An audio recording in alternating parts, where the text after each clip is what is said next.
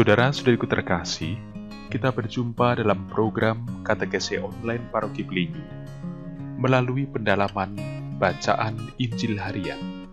Selamat mengikuti.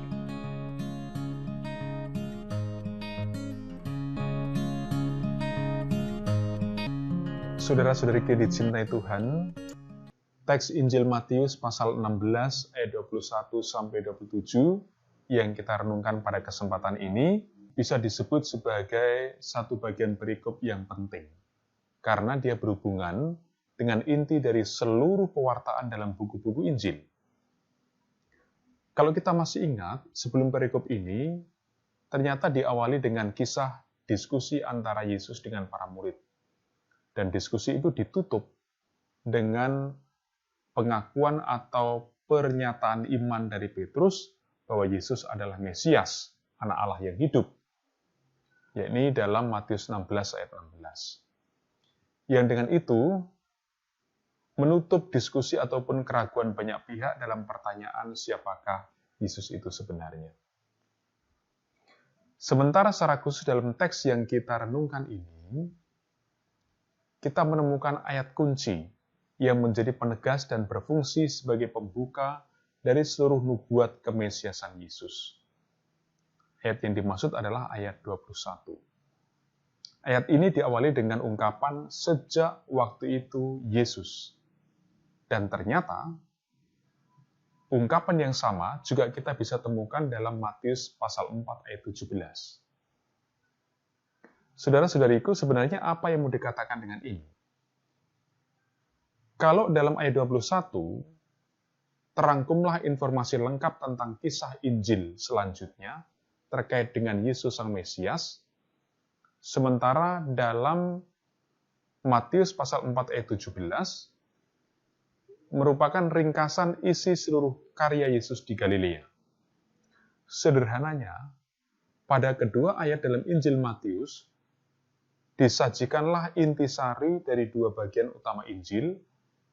Pertama, seruan Yesus tentang pertobatan, sebab kerajaan Allah sudah dekat, yaitu dalam Matius 4 ayat 17.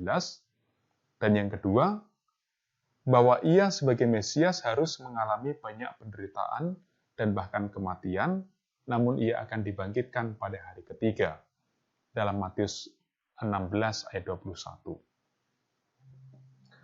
Untuk kehidupan kita murid-murid Yesus di zaman ini, saudara-saudariku, pesan penting apa yang mau disampaikan dan bisa kita jadikan pelajaran hidup? Kira-kira begini bisa dipahami. Yang pertama, bagi kita, semestinya kita jangan cepat merasa puas pada pengakuan iman akan Yesus, Mesias yang mulia. Kita diajak harus sampai pada mengimani Yesus sebagai Mesias yang menderita. Dan bahkan, sebisa mungkin berjuang bagaimana kisah hidup Yesus menjadi kisah hidup kita. Maksudnya apa? Dengan mengikuti pelan-pelan kisah hidup Yesus hingga di jalan penderitaannya, harapannya kita sampai ke kesadaran yang semakin mendalam.